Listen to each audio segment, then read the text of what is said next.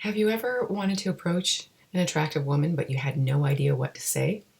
In this video, I'm going to share with you 3 conversation openers that have worked on me, so you can use them too.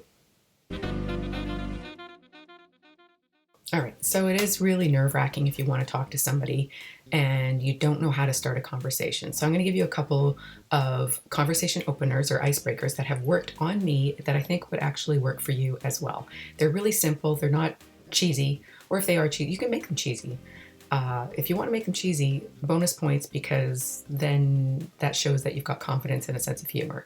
But the first one is just, hello, how are you doing today? So I had a lot of guys actually say this to me in places like coffee shops. Like I go to a lot of coffee shops because I like coffee.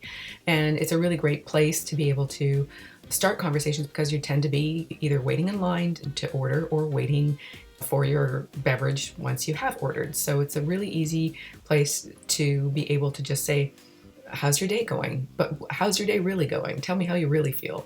And a lot of times people have to actually stop and think about that because our automatic response is to just be polite and say, oh, it's good. But if you say, how's your day really going? Or they might answer first and then you can say, okay, but how's your day really going? So that's kind of cute. And if she's having a good day, then she'll probably be more amenable to talking. And if she's not having a good day, but she's actually got a decent personality and she wants to be cheered up, then she might be okay with talking. There's been lots of times where I've maybe had a cranky day and then by conversing with somebody, I've been able to get out of that bad mood. So really that simple one is just, hey, how's your day going? And then went either right away or once they've answered, say, but really, how's your day really going?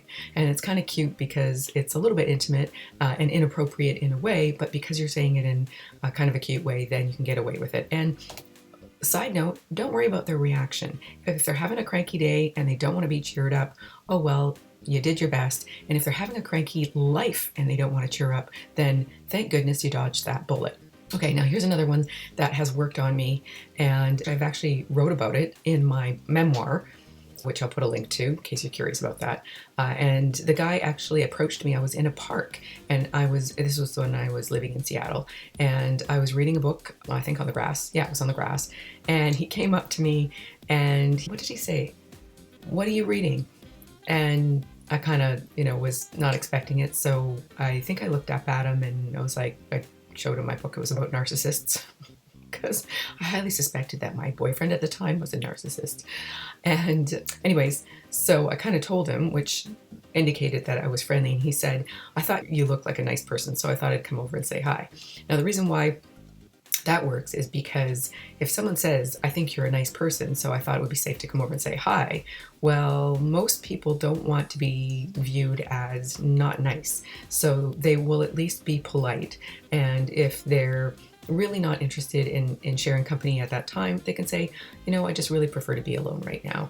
If there are any women watching this, don't be a if a guy approaches you, that takes a lot of guts. Just be kind and just be courteous and say, I just prefer to be by myself right now, but thank you for having the guts to come and say hi. I hope you have a good day. Be polite. You don't have to be a jerk about it. Okay, so now back to the guys watching this. If you approach a girl and she is ornery or not polite about it, then like I say, either she's having a bad day or she's having a bad life or she's been approached way too many times and is just really tired of it, or she has a boyfriend or whatever. Don't take it personally. Maybe, the wrong time for her, or it may be that she's just the wrong person to chat with. And you've got to realize that the more attractive a woman is, the more likely that she is approached by really aggressive types way more frequently than women who are maybe more average, plain Janes or average looks. So if you want to start practicing, I definitely recommend start practicing on women who are not 10s in your world. So whatever sort of level of attractiveness you think you are at, ask your friends. Maybe they'll be honest. If you don't have friends, you need to get friends and kind of go play within your field, or even a couple points lower on the attractiveness scale, because it won't be quite as intimidating. And not only that, but if you're better looking than the girls you're approaching, they'll may be more receptive to talking to you, and it's good practice. You don't have to go for the A-listers every single time. You really want to actually practice on the ones that are not going to be the ones that you're really want to date. And you never know, you might actually meet someone who maybe wasn't as attractive to you initially physically, and then you get to know the person and they become more attractive, and you never know what can happen from that. Even if it's just a friendship, it's always a good idea to have female friends, because you can learn from them and you can meet their friends. And if they're halfway attractive, then they're going to have halfway attractive friends most likely as well. Oh, and that guy, the last guy who approached me in the park, we did end up we actually went straight for lunch after we had chatted for a while, and then we ended up being friends. And I was, like I said, I was in a relationship at the time, kind of in and out, literally and figuratively, because I was trying to play that out.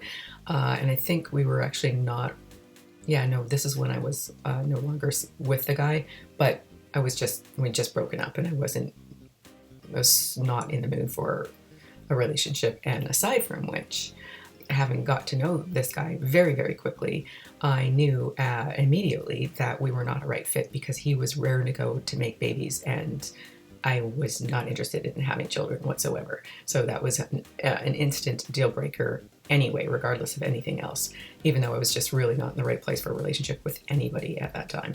So sometimes that will happen. Remember this story that I'm telling you right now. Sometimes it's just not the right time for that person. So it doesn't matter who you are. It's not going to happen.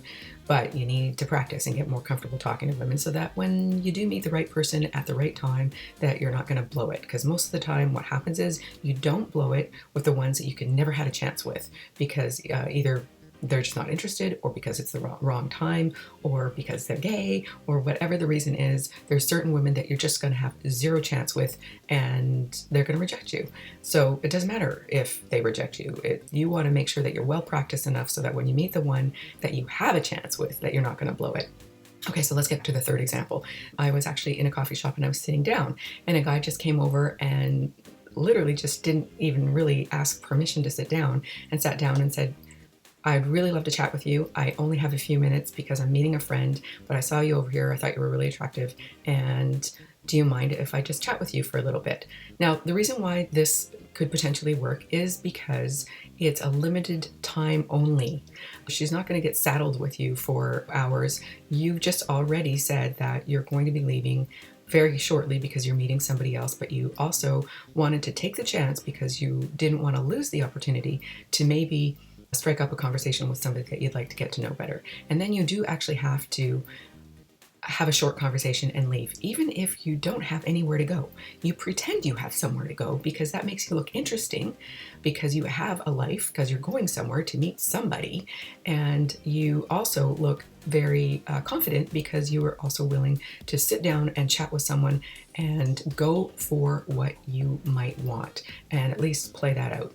And again, she might say, "No, I'm really not comfortable with that," or "No, I have a boyfriend," or "No, I'm really focusing on this." It doesn't matter if you get the no's. In fact, the more no's you get, the happier you should be, because the more no's you get, the closer to a yes you're going to be. So don't think about it as personal rejection. Just think about it as practice, and get out there and start talking to women.